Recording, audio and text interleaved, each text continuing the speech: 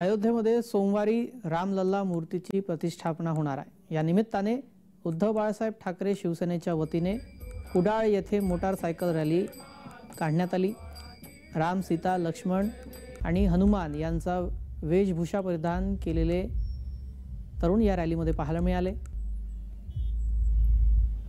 या रॅलीमध्ये आमदार वैभव नाईक मोटारसायकल चालवत सहभागी झाले होते। रॅली कुडाळ बाजारपेठ येथे काढण्यात आली। त्यानंतर राम मंदिरात आमदार वैभव नाईक यांनी महाआरती केली।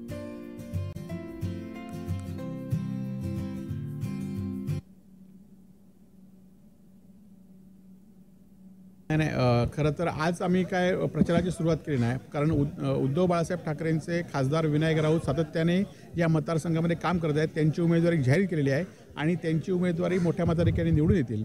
आणि आपल्याला माहिती असेल की महायुतीचा सकाळी मेळावा झाला आणि संध्याकाळी महायुतीच्या मेळाव्यानंतर काही शिंदे गटाच्या नेत्यांची लायकी काढण्यात आली आणि त्यामुळे त्यांच्यामध्ये फक्त सत्तेसाठी हे लोक एकत्र आलेले आहेत आणि आम्ही फक्त विकासासाठी आणि उद्धव बाळासाहेब ठाकरे यांच्या मार्गदर्शनाखाली काम करणारे लोक आहोत। त्यामुळे लोक आमच्या पाठी सिंधुदुर्ग रत्नागिरीचे आहेत।